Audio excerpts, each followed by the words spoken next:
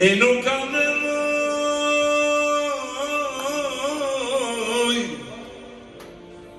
s'kam nevoj. Kjo ishte festa e veçantë organizuar nga emisioni sportiv Megasport në prag të mbylljes së vitit.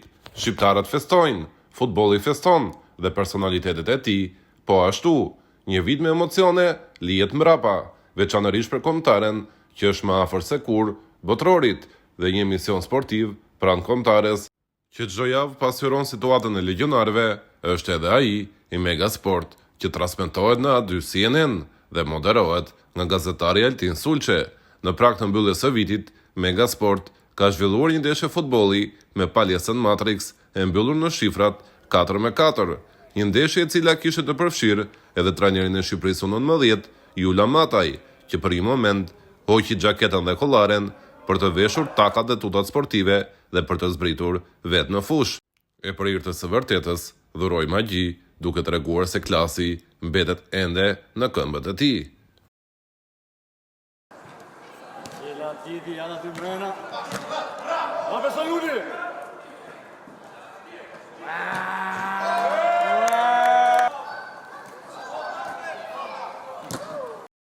Por surpriza më e bukur e mbrëmjes ishte ajo e Mehmet Krasniqit, presidentit të Novamat, pavarësisht moshës që tashmë nuk shkon më në favorin e tij, apo dhe një peshë paksa të shtuar, Mehmet Krasniqi kishte ende lëvizjet e një djaloshi të ri, duke vendosur zemrën dhe pasionin në fush për të bërë diferencën me kundërshtarët që ishin dukshëm më të rinj se ai.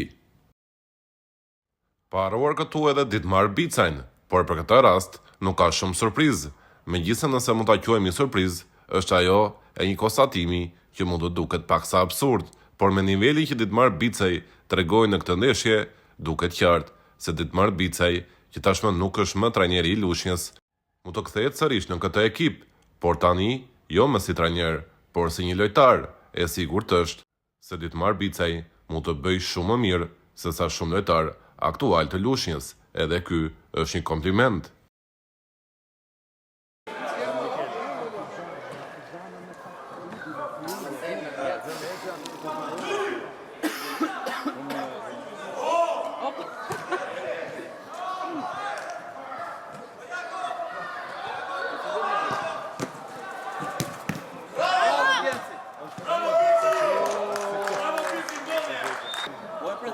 Të pranishëm në këtë aktivitet ishin gjithashtu edhe analisti Eduard Zhupa, Gjoj Malsia dhe Klod Karai, gjithashtu edhe Andi Sheu apo kampioni bodybuilding Ledian Bardhi, paruar edhe pronarin e Matrix Fitness Center, Elion Kryemadhi. Me njerë pas këtij aktiviteti, ne përfituam që të zhvillojmë disa intervista me protagonistët, njëkohësisht për t'ju marrë edhe një mendim se i përket kombëtares dhe mënyrës se si Shqipëria mund të shkojnë në botror. Atëherë në radhë parë përshëndes moderatorin Altin Sulçe për prezantimin e shkëlqyer të këtij emisioni në gjithë trevat shqiptare. Po ashtu përshëndes gjithë të ftuarit që do jenë prezent sonte, gjithë kolegët e mi në Superligën shqiptare, kategorinë e parë dhe kategorinë e dytë. Po ashtu përshëndes gjithë protagonistët kryesorë, siç janë futbollistat, Federata Shqiptare të Futbollit, organizimi jashtëzakonisht shumë të mirë të kampionateve shqiptare të çdo lloj moshe, dhe se këtë vit gjithë kemi qenë me ulje dhe minuset tona personale, por personalisht kam pas një performancë jashtëzakonisht shumë të mirë, sepse arrita diçka shumë pozitive me Burrelin, arriti në vendin 4 me rreth 58 pikë, që ishte një arritje si personale ashtu edhe për klubin dhe qytetin, dhe uroj shumë që të kemi edhe në të ardhmen arritje sa më të mira, por që të bëj edhe progres në karrierë, të shkoj aty ku nuk kam situacione të mira. Okej, Ditmar, për ta kaluar pak edhe tek pjesa e kombëtares. Armando Broja është bllokuar dhe ka shënuar një gol në fundjavë Shumë njerëz shkruani në komente në rrjetet sociale që si ka mundësi që një gol i Armando Brojas vlen më shumë se sa 10 apo 20 gol aty lojtari tjetër të Shqipërisë.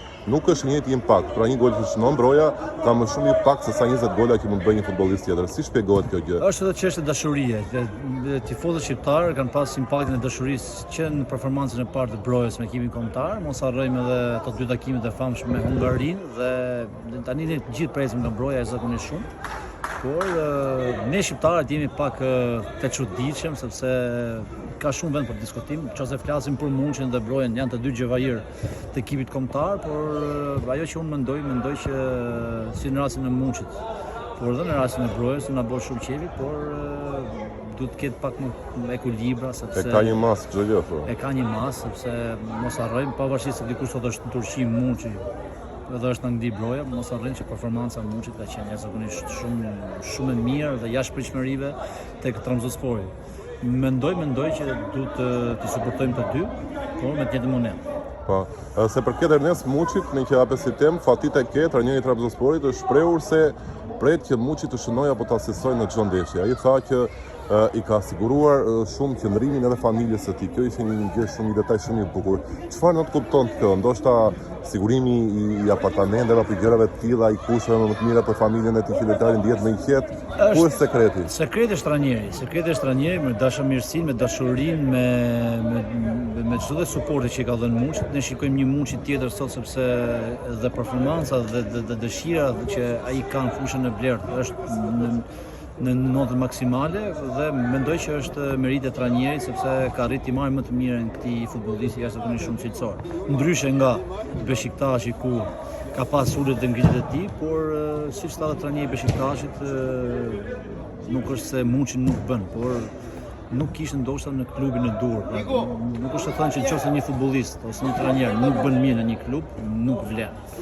Çdo gjë kërkon është proces, por ka të bëjë shumë edhe pastaj me mënyrën se si ndihet një futbollist me shokët e skuadrës në dhomët e zhveshjes, me të gjitha hallkat e një klubi profesionist. Dhe për ta mbyllur Dilmar Bica, ti e njeh në tërësi futbollin shqiptar. Ka raste për shembull si ai Julian Shell, që njerëzit ndoshta askush nuk e prisej që të vinte kjo ditë, që jo vetëm që të ishte pjesë e Shqipërisë, por të ishte edhe lojtari më i mirë i kombëtarës, sidomos në atë ndeshje kundër Serbisë, e cila mbetet historike për ne. A ka lojtarë të tjerë të cilët nëse do ta kishin një dorë nga futbolli shqiptar, do të bënin po kaq mirë? Unë kam qenë fanatik i prodhimit shqiptar. Mendoj që ato 2-3 lojtarë që janë më spikadër të kampionatit shqiptar janë të denjë për ekipin kombëtar. Nëse ne marrim Yasir Hasanin, gjithë ishim shumë skeptik për Yasir Hasanin, por ja ku ishte Hasani me perlat e tij na dërgoi në European. Julian Sheu po ashtu që ka një merit madhe përveç Julit ka edhe trajneri Silvinho që i besoj dhe është basi fituar, sepse do t'ja japim meritin e trajnerit, sepse është basi i trajnerit. Dhe unë mendoj që në kampionatin shqiptar sot janë dy individ që mendoj që i shërbejnë ekipit kombëtar. Cilat janë emrat? Për këtë do të... Unë do të jap të dy, por një ndër këto mendoj që është Lorenzo Villa. Një futbollist që në mënyrë atletike kam parë edhe në Europë, ka qenë në nivelin e jashtëzakonisht shumë të lartë. Okej. Ka qenë diçka arritur, domethënë për sa i përket qoftë mënyrës se si janë ekzekutuar diskutimet, qoftë nga ana profesionale, por qoftë edhe nga ana njerëzore. Ajo që është më kryesore mendoj unë është që organizimi ka qenë në mënyrë perfekte, qoftë nga të ftuarit, por qoftë edhe nga specialistët, qoftë futbollistë protagonistë, duke filluar nga ekipi kombëtar, nga klubet shqiptare, po dhe nga trajningu, trajner, specialist. Mendoj që është diçka domethënë normale, jep në kohë rekord domethënë dhe në kohë reale çdo gjë, çdo informacion që i përket futbollit shqiptar, por edhe futbollit ndërkombëtar. Mendoj ka qenë një vit domethënë me plot evente të bukura, me garë të zhvilluar konkretisht, dhe ajo që është më kryesore mendoj që dhe vetë atmosfera e nivelit të njerëzve të cilët ka qenë në këtë emision ka qenë i spikatur. Mendoj që edhe moderatori Altin Suçi është një djalë i cili ka eksperiencën e dur, jo vetëm në aspektin profesional si gazetar, por edhe si moderator, por edhe në aspektin njerëzor, duke afruar njerëz të cilët i kanë dhënë një shije të mirë dhe një ngjyrë të mirë këtij emisioni. Okej, Zhupa, dua ta kalojmë pak edhe tek pjesa e kombëtares. A mund ta quajmë Malsinë e Madhe si një zonë, si një tokë të bekuar për futbollistët shqiptar, pasi të gjithë lojtarët e rinj që po vinë tashmë, talentet e Shqipërisë U17, U19, ata që spikasin më shumë janë gjithmonë nga Malsia e Madhe. A është rastësi apo është pjesë e genetikës? Mendoj që është pjesë e genetikës, sepse normalisht, domethënë, po spate paktën cilësi qoftë fizike, po qoftë dhe gjenetike të mira, nuk mund të dalësh në nivele shumë të larta.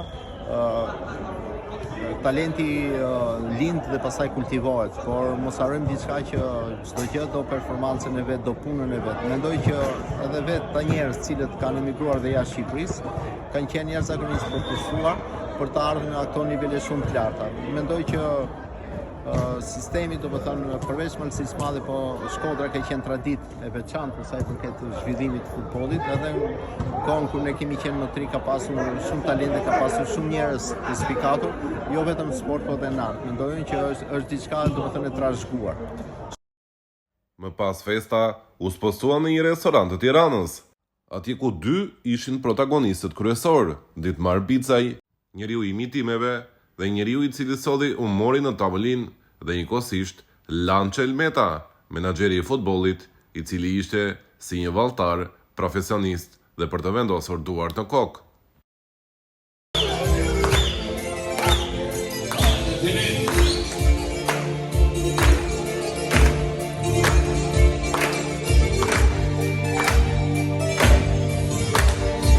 Mi música está riendo, está de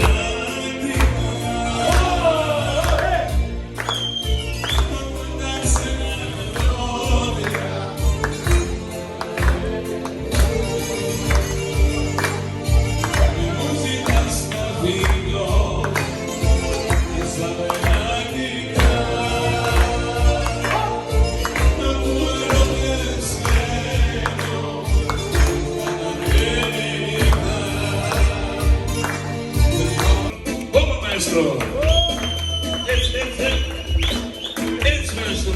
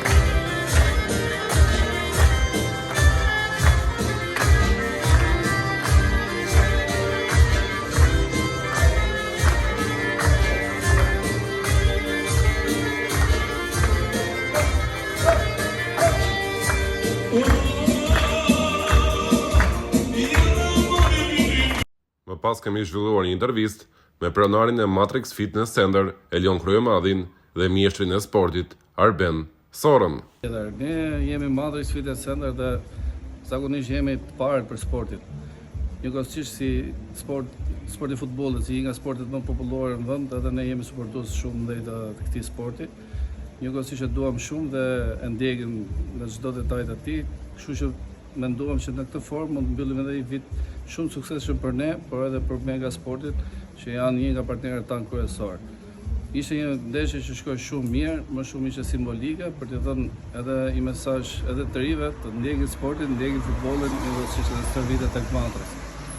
Okej, dhe për ta mbyllur, meraku i gjithë shqiptarëve është pjesa e kombëtares, gjithë pyesin a do të shkojnë në botror apo jo. Në mendimin tëm, a është gati Shqipëria të shkojë në botror? Për mendimin tim është mundësitë janë, shanset janë, duhet përgatitur mirë, duhet punë, duhet pjesa fizike pardisi, por mendoj që Polonia është një kundërshtar që ne njohim shumë mirë dhe mendoj që mund ta kalojë. Besoj që kemi shanse për të shkuar në botror. Okej, dhe me që ti edhe pjesë e palestrës, a të duken shqiptarët genetikisht të dobët, sepse për shembull ne si gazetar sportiv vëmë re që sa herë Shqipëria ndeshet me kombëtare të ndryshme jemi më poshtë fizikisht se sa kundërshtarit. Si shikoni historinë tënd një shqiptar tipik? Jo, nuk. Apo thjesht nuk punoj shumë me palestra? Nuk dua ta them, as nuk dua ta mendoj që ne jemi genetikisht pak më të dobët, thjesht ne nuk e kemi mbase atë kulturën e duhur për të ushtruar sport apo për të servitur në mënyrë sistematike. Kjo besoj jep edhe Disë nivele që ne i hasim edhe në kombëtar. Domethënë vin natyrshëm, por mendoj që një stërvitje e fortë dhe një përgatitje e fortë fizike do jetë një avantazh shumë i madh për kombëtarin ton, njëkohësisht edhe për moshat që të nxjerrin talent të reja dhe t'i japin një dorë kombëtares për të ecur në vazhdimsi. Okej, dhe tani jemi me Arben Sorën, një mjeshtër i sportit.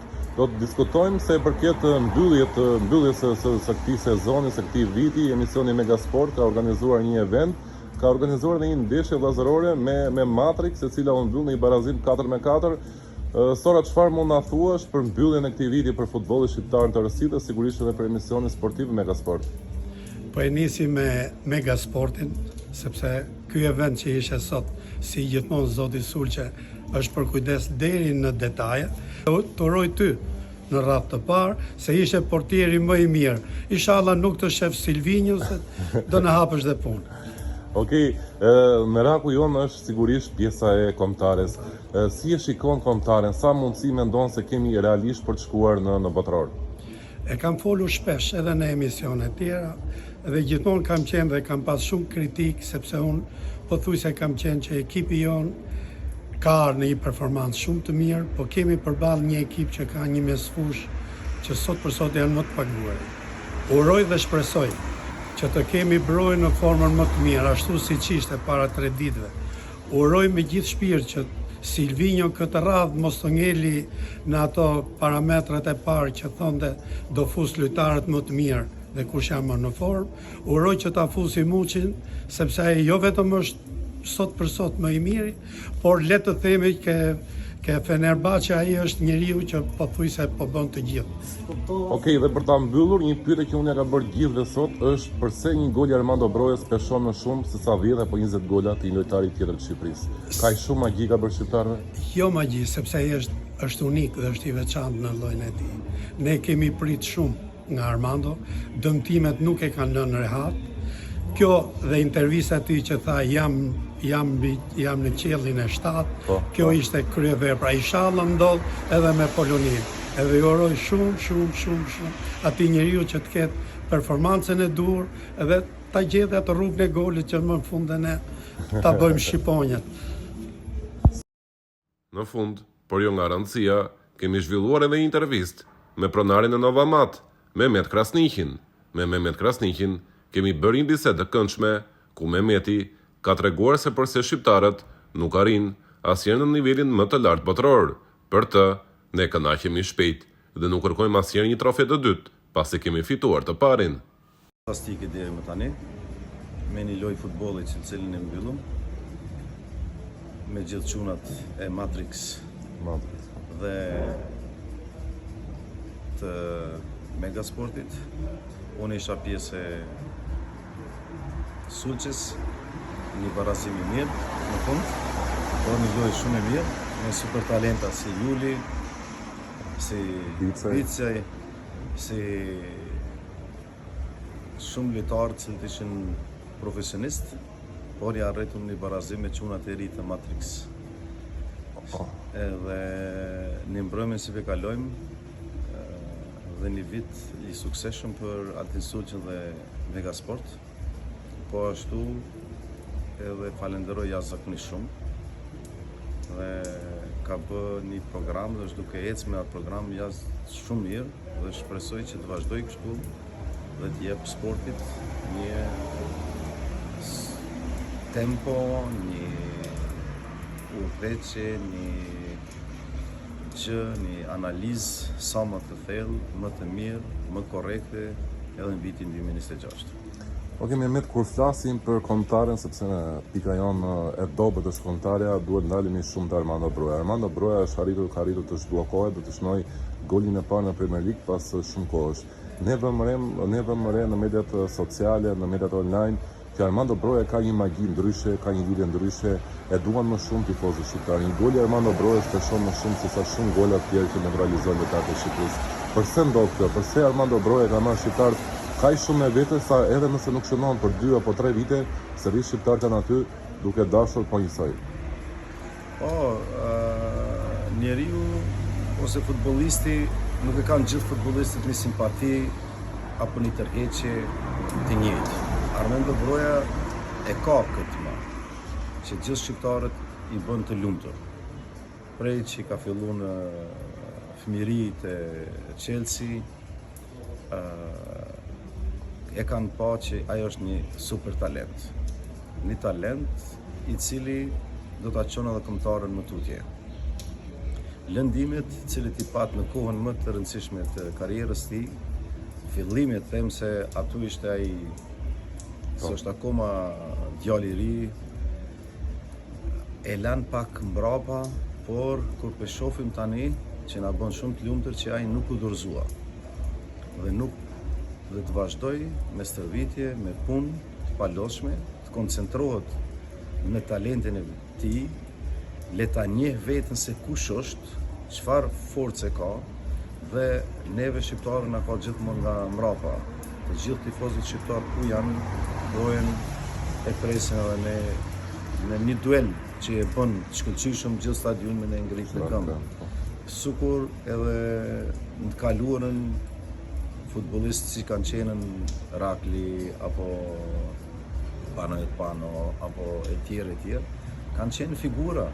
Edhe ky e ka rastin që të bëhet dhe të jetë figura jonë në vitet e ardhshme. Edhe me këtë play-off shpresoj të stërvitet mirë, të jetë ai Chelsea të cilin kombëtarën me 2 fitoret na çojnë kampionatin botror. Mehmet, Armando Broja është rasti i një familje e cila emigron në Angli dhe djalin e saj e shërbit në një akademi të një super klubi si Chelsea dhe Armando Broja vjen jep kontributin e tij në Shqipëri, megjithëse ka akoma më shumë kontribut për të dhënë, por është një rast suksesi. Ka dhe shumë raste të tjera të cilat, sepse dihet që shqiptarët e Shqipërisë zyrtare po shkojnë një numër të madh në Angli, kanë shkuar që përpara disa vitesh dhe ky trend vazhdon akoma. A do japi kjo një gjë të mirë për kundërdhjet një gjërave të këqija që shqiptarët po vazhdojnë të largohen nga territori i Shqipërisë dhe ky nuk është as pak një lajm i mirë, por a do të japi një lajm të mirë për kombëtarët shqiptare, sepse unë kam vënë re që ka shumë lojtarë shqiptar të cilët vinë nga Anglia të U17-ta të U19-ta e Shqipërisë. Migrimin e shqiptarët e kemi pas që nga vitet e 90-ta, do të thotë si nga Kosova, shqiptarët e Kosovës, shqiptarët e Maqedonisë së Veriut, shqiptarët e vendeve tjera kanë migruar edhe më herët. Ne jemi popull që migrojmë, por vendin tonë kurse harrojmë. Domethënë kthehemi dhe bëjmë për vendin tonë. Edhe të gjithë migrimet që po ndodhin, është realitet, po ikin rinia, po ikin familjet shkëlqyra, po ikin për një jetë ndoshta më të qetë sipas tyre, por kjo nuk më pëlqen fare, më thon drejtën që ai duke bë se unë më kthy vetë nga Gjermania, më kthy në Shqipëri dhe që 17 vjet ushtroj biznesin dhe këtu ndjehem shumë më mirë se mund ndjehem në Munich ku jetoj. Çështja është këtu, sa i përket futbollistëve, futbollistët të cilët familjar kanë migruar në vitet e 90-ta, që sot kanë lind çuna të shkëlqyshëm, kjo e bën që ne futbolli shqiptar, kudo që janë, se edhe në Kosovë, se atje kemi një përfaqësuese, këtu kemi një kombëtare, djemt po arrin suksese në gjithë botën dhe kjo mendoj që na forcon neve, por nuk është vetëm kjo. Sado që jenë ata të mirë atje, nëse kombëtarja, nëse Federata e Futbollit Shqiptar nuk është në nivel, prap ata nuk mund të arrijnë asgjë. Do të thotë që futbolli shqiptar ka arritën në përgjithësi të ngritet. Nuk është vetëm se kemi disa talent jashtë, por edhe këtu sot standardi është ngrit lart. Nuk është më standardi që ka qenë përpara. Kjo na bën neve që të jemi më të sigurt se kur e kemi shtetin tonë të fortë, kur e kemi federatën tonë të fortë, edhe lojtarët kur të vinë këtu janë të Marrin një më energji. prestigjioz. Unë nuk dua ta shoh më kombëtarën e Shqipërisë që thot apo kvalifikohemi për Evropë. Ne duhet kvalifikohemi për Evropë, se kushtet më se janë sot. Shqipëria nuk është më ajo viteve 90-ta. Shqipëria ka arrit një ngritje të lartë në standard, në pasuri, në infrastrukturë, në çdo gjë. Çka kanë tjerët më shumë se ne? Nëse ne të gjitha këtu i kemi, edhe ata lojtarë që na vinë, pse ne mos mendojmë që ne gjithmonë do të kvalifikohemi për Evropë. Shqiptarët janë një popull i cili janë 15 milion shqiptarë në gjithë Evropën e botë, që sot njihën si me gjuhën e tyre. Kroacia ka 4 milion banor. Kroacia nuk e pyet veten se a do të kvalifikohet, ai kvalifikohet. Po, është sigurt. Pse na mos të kemi të njëjtin ndjesi? Pse mos të kemi vetbesimin ta kemi që jemi ne? Pse të kemi frikë a do të kvalifikohemi? Çka ka Polonia? Okej, Polonia është shtet më i madh se ne, në rregull. Por me talent me futboll, pse mos t'i rrafim? Po. Çka shohim, pse mos ta rraf Kosova Slovakin? Çka ka Slovakia më shumë se Kosova? Çfarë lojtar ka më shumë? Do të thotë ne duhet ta fitojmë besimin në vetvete se jemi dhe kështu do të arrina. Dhe për ta mbyllur, Mehmet, është dhe një temë tjetër që ti po e cek në fakt që çfarë i pengon lojtarët shqiptar që të bëhen yjet e mëdhenj të botës. Kemi pasur raste për shembull si Armando Brojas te Chelsea, i cili prapë do një javë mbrapa për shkak të dëmtimeve duke ardhur te Burnley. Kemi rastin e Cristian Aslani te Interi, e bën një javë mbrapa. E Don Zhegrova, vajti te Juventusi, por prapë nuk po shkon aty ku duhet. Real Manda ka qenë në Barcelona. Pra kemi kaq shumë raste të lojtarëve tanë, cilët janë gati për të bërë yje botëror, por diçka i pengon. A është kjo pjesë e mendësisë apo mentalitetit tonë që kënaqemi më shpejt se sa duhet? Fiks, ta e thatë shumë mirë.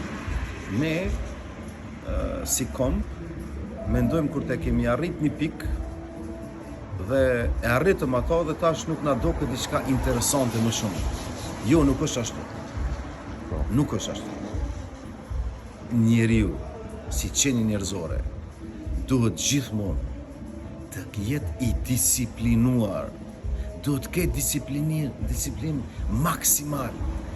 Nëse ke luajë 36 ndeshje në sezon, nuk do të thotë që ti tash e mbarove lua 36 ndeshje, i bëra 13 gola dhe në vitin tjetër, ajtë mërë se në shkruva një kontratë për 4 vjeç, mos të vazhdoj. Do të me morë shembull, do të ketë disiplinë, vetbesim dhe të mendoj që kur karriera tina nuk do të mbaroj. Të janë pikat kryesore të cilat një futbollist duhet i ketë në kokën e vet. Ta dashuroj ato që e bën, të ketë me pasion, por jo vetëm të mendoj unë e kam talent dhe nëse kam talent, unë jam gjithçka. Zhegrova është një super lojtar, por ka super talent. Por e shikon defensiv nuk punon. Dhe në futboll ekipi sot do të me lut 11 lojtar. Të gjithë, si para, si mrapa, si në mes, si ana, çdo gjë. Do të thotë, ne këtë hamendje kemi talentat tonë, mendojnë që jemi talentat tash, kena arrit 20 vjeç, 21 vjeç dhe tash ne mbaroj karriera jote. Jo, më nuk mbaron karriera jote. Karriera jote mbaron si Maldini me 40, Ronaldo që vazhdon dhe duhet të punosh. Pun. Talenti është 30%. Puna është 70%. Dhe këto i dëmton lojtarët shqiptarë.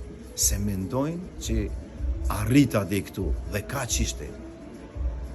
Ta mendosh ti jeton çdo ditë, zgjohesh çdo ditë, do të më ngrënë çdo ditë, do të më punu çdo ditë. Nëse ti nalesh, stopon zëria. Stopon edhe në futboll është e njëjta, në sport është e njëjta. Duhet punosh. E rujt Zoti çdo njeri nga lëndimet. Lëndimet s'kem çaj bën. Por me mjekësinë e sotit, me ortopeditë e sotit, etj, rikuperohen. Kjo është hamendësia e tyre të cilët unë them që shpesh i tejkalojnë ato cilën e kërkon profesionalizmi. Profesionalizmi don punë, disiplinë dhe suksese. Jo të mendojmë që unë dalëm këtu, kaq ishte karriera ime, u bona kampion një herë, mjaft. Pse mos bësh 10 herë kampion si lojtar? Pse mos bësh 5 herë? Pse mos ti marrësh 10 trofej në dorë? po të marrë një trofe dhe kaq ishte. Kjo është e bukur në fakt sepse më kujtohet edhe Armando Broja në super formën e tij te Southampton, shënonte një gol dhe nuk shënonte dot asnjëherë golin e dytë sepse kënaqej me aq. Madje edhe për Zhegrovën, presidenti i Lilës ka thënë para disa kohësh që Zhegrova nuk është gati për të bërë atë hapin e madh, sepse pasi shënon një gol stopon. Është pikërisht kjo që ti sapo the. Loja duhet vazhdoj. Loja luhet deri në fund. Shqiptarët duan një trofe dhe mbyllin aty domethënë, nuk e kërkojnë asnjëherë atë trofeun e dytë. Te morrin shembull Gjakën. Te morrin shembull Gjakën, lojtarin ton, futbollistin ton, cilin e kemi pas Lalës, unë e kam pas shumë respekt e Lalës të Hanoverës, jetoj në Munich. Ai ka qenë gjithmonë konstant në lojë. Gjithmonë konstant, çdo ndeshje. Top. Do të thotë edhe Gjakën, shikoni, merrni më shembull Gjakën. Pse më sunal kur? Pse sunal Gjakat luajnë në nivelet më të larta gjithë karrierën e tij. Edhe s'po ndalën akoma. Prap. Kërkon më shumë. Kjo është kërko më shumë se nuk do të thotë që ti ke bë diçka dhe kaq mbaroi jeta ime. Jeta vazhdon. Jeta derisa ta merr Zoti jetën, atëherë është fundi. Por në futboll nuk ka kufi. Në jetë nuk ka kufi. Duhet punojnë deri në fund që ma e shohin që nuk kanë ma forcë. Hysa, edhe Hysa, gjithë karrierën e tij po punon Irani, kishte një rëmje, po prap u ngrit në këto kvalifikime. Këto tregon moralin e një kampioni. Kampion të jesh, do të thotë duhet të jesh gjithmonë. Jo vetëm një sezon, jo vetëm një kvalifikim për kampionatin evropian, edhe të bi tani ka arrita kampionatin evropian, i hupa 3 ndeshje, ose luva një barazim, edhe u ktheva në shtëpi dhe kaq ishte karriera ime. Jo. Shqipëria duhet eci, Shqipëria duhet ketë konstant, të jetë klub, duhet jetë kombëtare, duhet jetë kombëtare, e cila duhet mendoj ku të lunë, në çka të lunë, të jetë gjithmonë ajo që duhet kvalifikohet, se kushtet janë sot. Kushtet i kemi, nuk kemi më pa kushte. Sot i kemi gjithat mirat dhe lojtarët duhet ta kuptojnë këtë, që janë kampion të gjithë. Se i kanë përzgjedh kampionët të jenë atu. Dhe duhet shkojnë si kampion, duhet të besojnë vetë që janë kampion. Por ndryshe, pa besim nuk ka sukses. Faleminderit. Dhe të